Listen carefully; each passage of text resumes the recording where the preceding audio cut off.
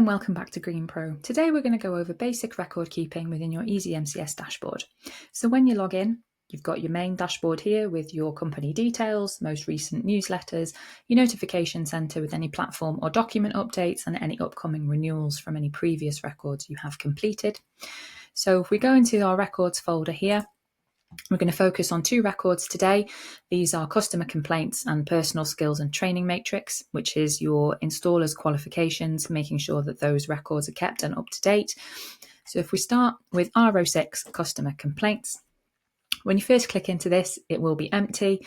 I've got a couple of test ones in here just to show.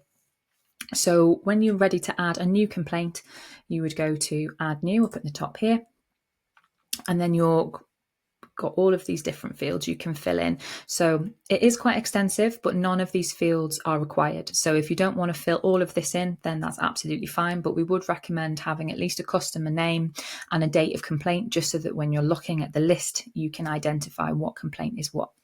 At the moment, you can see there are three options at the top here. So we have save, save and close, and cancel. Once you've saved this record, a new option will come up. So it's blank at the moment, but I'm just going to save it so to show you what it means. So if you click save, it's been saved and now uploads is there.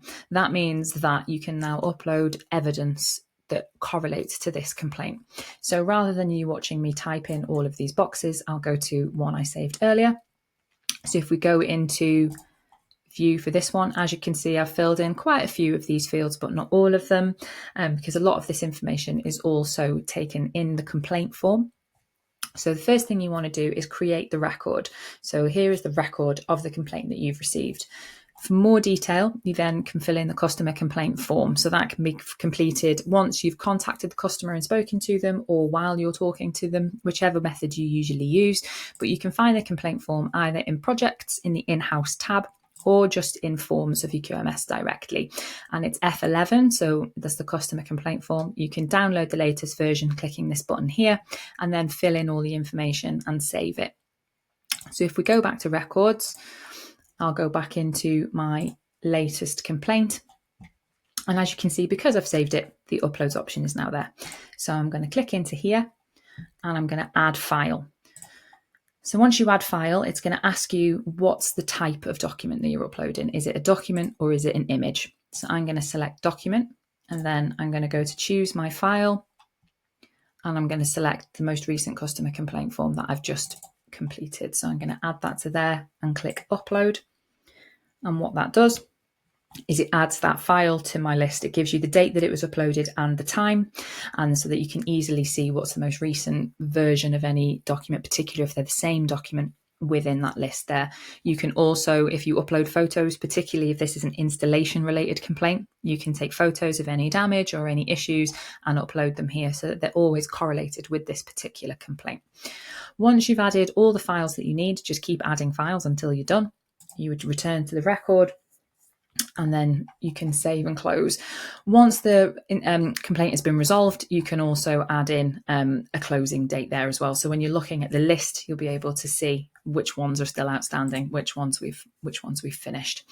So as you can see here, if it doesn't have a date of the complaint closed, it's going to say that it's open, and that means that that complaint has not yet been resolved. So it's within your best interests, once the complaint has been resolved, to go back into that record, put that date in, and then you know that it's completed and it's done.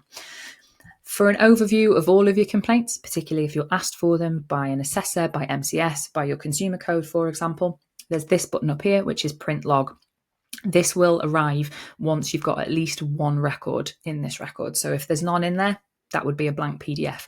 But what happens is you click on print log and it will generate a PDF output of all of the complaints that you've got in that particular list. So as you can see, I've got 3. One of them is blank, so there's no information in there.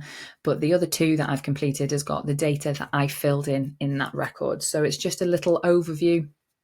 If anybody asks to see it, you obviously want to keep the number of complaints as low as possible, particularly as we move into MCS's new scheme where you're based on risk. and things like complaints and repeated non-conformities become a lot more important in terms of how they determine how risky you are, then you want to try and keep these as minimal as possible. But always make sure if you do receive a complaint that you do keep a record of it somewhere, because certification bodies in particular are going to want to see how you manage them, how quickly you resolve them, and is the customer satisfied with the resolution that you've put forwards. So that's your customer complaint log. It's very simple, but we do recommend using it to keep on top of any complaints that you get. And you can also spot patterns. So if you make sure that you fill in the nature of the complaint each time, then you'll be able to see at a glance if something is particularly persistent in terms of the type of complaint that you're receiving. If we move on to personal skills and training matrix, this one is slightly different in how you create it. So as you can see here, this is listed by employee name. So I've got James, Danielle, and myself in this list. James has got one qualification, Danielle has got several, and I have also got one. So the way that this record works is you create the person, and then the person would then have individual qualifications that relate to that particular person. So I'll add a new one so that you can see what I mean. So when you go to add new, it's literally just going to ask you for the name. So we'll pop a name in, and once that's saved up here, it creates the first skill record. So for example, I'm going to say that Reese has just completed BPEC Solar PV. The date of the course was on Monday. And then the renewal date, as these last for 5 years, frighteningly takes us into 2030. So I'm going to say that is due for renewal on the 2nd of September 2030. You can also put a brief description of the course and any certificates attained if you want to, but again, that is not a required field. So we're going to save this in the first instance. So it's added that skill record. Now it's saved, you can add a new one. So you can add a second one if, for example, there was also a battery course involved in that, if there was a working at heights course involved in that. But the course that you've just added sits under here. So skill record 1. So this is where you add a new one. This is where the existing ones live. Now that you've added it, I've put my BPEC Solar PV, I can upload my certificate. So I will then go to choose file, and then I would put in the qualification, the proof of that qualification would sit in there, and then I would save that. Once that qualification is saved, we scroll down and you can see that it's there. So in future, I can then download the copy of that certificate if I'm asked for it, for example, on assessment, or if I've accidentally uploaded the wrong document, which obviously sometimes happens, you can just remove it and start again. So once we've saved that and Reese's particular training matrix is available, you can continue to add courses to it. For example, when it comes to 2030, you would then add his latest copy of his qualification, or if he does any other sort of manufacturers training courses, anything that you think is relevant, you can always add it on the new, add a new skill record to that person. But if that person is already there, don't create a new one every time for the same person. So find his name in the list, go into him and just add a new skill record attributed to that person. So if we save and close here, as you can see, I've done this with Danielle. So she has 5 different skill records. So if we scroll down, they're all here. I haven't uploaded certificates for these. So they all sit in there. So it's always done by person first.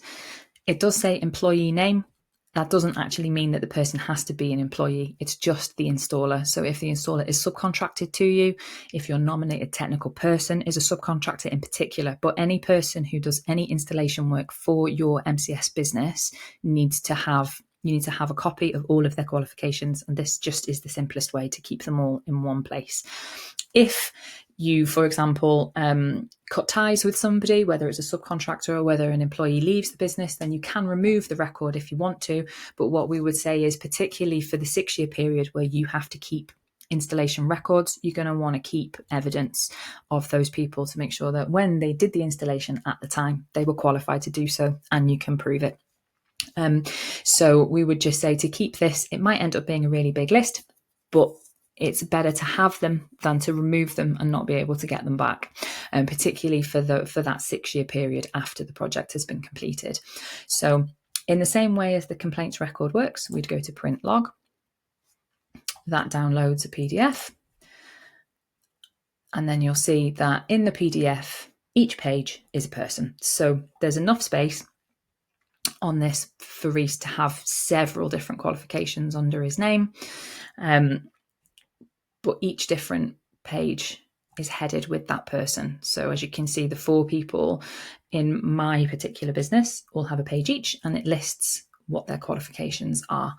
So that's why it's very important when doing the personal skills and training matrix that it is done by person rather than by individual qualification or course. So for example, in a couple of months' time, James does another qualification, I wouldn't add new and add him again. I would find him in the list, I would go in to view him, and then I would add a new skill record for that person. So these particular records are very important because, you need to provide evidence that your installers are qualified. You also need to make sure that you can prove how you're managing your complaints and if you're doing it effectively. Another very important one is also tool calibration, and that is done in exactly the same way as the complaints one. So you have the basic data, you would save it, uploads would come, and then you would add a file and show the calibration certificate, for example, for that tool. So that is a quick whistle-stop tour of how to keep accurate records within the Easy MCS dashboard. Obviously, for projects, it's a slightly different thing because those are project-by-project records, so very project-specific. These records are more for the business, so how the business runs, the complaints that the business receives, all of the qualifications for everyone who does activities in the business. Your purchase orders, for example, keeping a list of your approved subcontractors. Everything lives in here. Another important record to show you before I finish is the R11 company documents. Now, company documents is where you can keep any miscellaneous items that you think you want to have a record of. This includes your insurance certificates, for example, public liability, professional indemnity, and so on. It's also if you decide to sign your health and safety policy, your company structure, your quality plan, any of the internal documents that we provide as part of the quality management system, you just save them and upload them into here so that you have a record of the most recent signed and dated versions of those documents. But if you're thinking, I've got this certificate for something, it's not a qualification certificate, it's a signed document for something or other, where can I keep it? You keep it in R11. That's where you'd keep all of the miscellaneous company documents, and then you have them all in one place to be able to show at assessment, or if they are requested from you by your consumer code, by MCS, by Trustmark, if that's relevant. It just keeps everything in one place and neat and tidy. However, if you do have any questions or you're struggling to use this at all, then please contact your consultant. That's what we're there for. We want to make sure that you're getting the most out of the system. If you also have any feedback, then also please do let us know that. We take all of the feedback on board and try and implement as much of it as possible into the service for you. Thank you very much for watching.